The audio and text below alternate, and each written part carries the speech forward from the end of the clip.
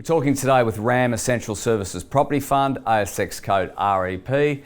It's an Australian real estate investment trust that invests in high quality Australian medical and essential retail real estate assets leased to essential services tenants. The listed product is part of the wider Real Asset Management Group. The fund's objective is to provide investors with capital growth through an exposure to high quality defensive portfolio of assets with favourable sector trends. The stock has a market cap of around $416 million and a yield at present of around 7%. We have with us the CEO, Scott Kelly. Scott, thanks for your time. Nice to see you in Sydney. Yeah, hi Tim, how you doing? Now Scott, can you provide, for investors who don't know the RAM Essential Services Property Fund, it's part of a bigger group, can you kind of give us a bit more colour in terms of explaining who you are? Yeah, sure. So Real Asset Management is a fully independent asset management business focused on three areas, being number one, real estate, number two, credit and fixed income, and a relatively small private equity business. So we've been around for more than a decade. We manage over $4 billion of assets, and predominantly it's in those three asset classes that we specialise.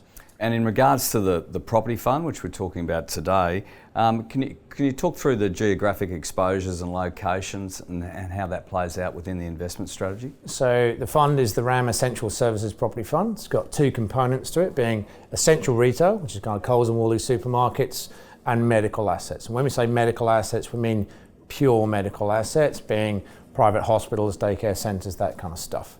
The reason I emphasise that is because that if you want exposure to the underlying themes like ageing population, then you want exposure to the pure assets rather than having gyms or office that happens to have a medical tenant. So those are the two sectorial exposures. When you blend them together, you get a nice, robust income stream across that portfolio that's weathered well during all the stress tests we've had in recent years and punches out a nice yield. So if you bought it today, you'd have a 7% yield. In terms of geographic exposure, we're less sensitive, but we are in 6 different states across the country. We've got 35 assets in those two sectors.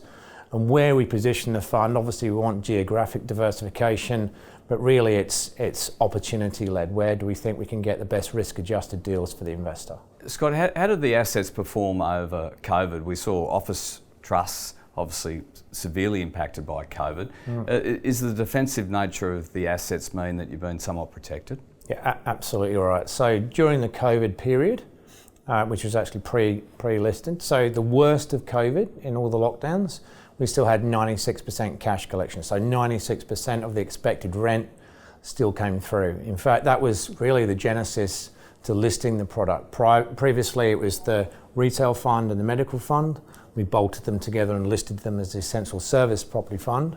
And during COVID, of course, the phrase essential service was ringed by the government.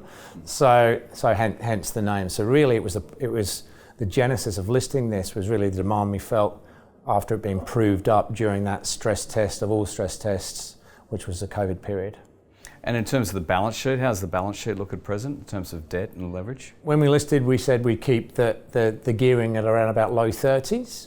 It sits at 32% now. We have plenty of headroom in that facility to do the capex that we want to improve the assets over time. And we've hedged around about 60% of that debt. So we fixed out that debt for an average tenure of 2.5 years. So we think we've got a pretty solid financing situation. And of course you had your first half 2023 announcement out today in terms of dividend per unit. You're looking around 2.9 cents. Now that's a payout ratio of around 105%. What can investors expect in regards to that payout ratio moving forward? So every time we've announced so far, we've been at least bang on the money in terms of what we said we would do. And we're reconfirming that guidance of between 5.6 on an annualised basis, 5.7 to 5.8. So that smooths out the sort of half-yearly picture because we've got a lot of cash flow coming in the second half of the year, which will mean we're paying out around about 96% of FFO. So the payout ratio is 96 when you smooth out the 2 half years. And that's maintaining a dividend around that 7%, is that right? Yeah, so the yield at the moment, so the distribution per security is 5.7 to 5.8, but based on the fact that it's around 81 at the moment, If you buy in today, you'd get that dividend yield of around about 7%, just over probably. As at the 31st of December 2022, the weighted average capitalisation rate of the portfolio was around 5.5%. How do you see cap rates moving forward over the short to medium term?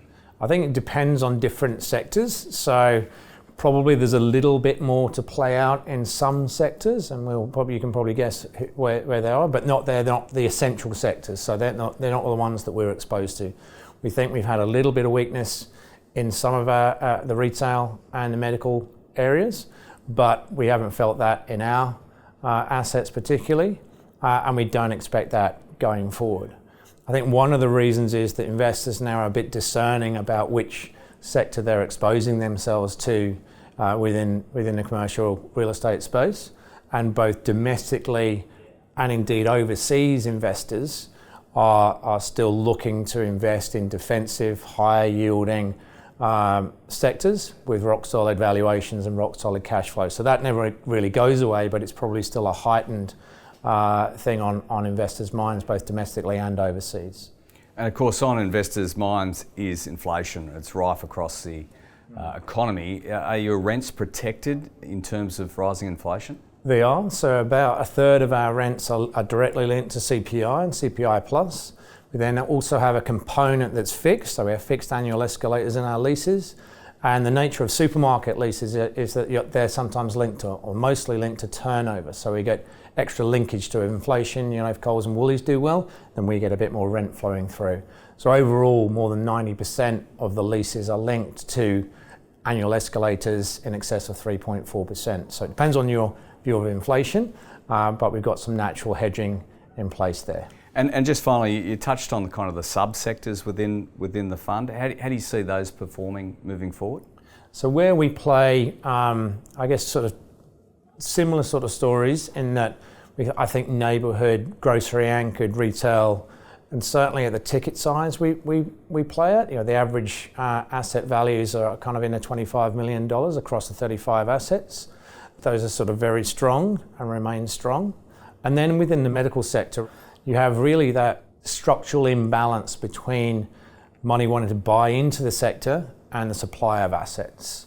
So you'll have interest in medical development funds, for example, and you'll definitely have interest from overseas investors. And the super funds are still not allocated to the sector, which in itself could be a massive source of demand for those kind of assets. Scott Kelly, thanks for your time. Thank you, Tim.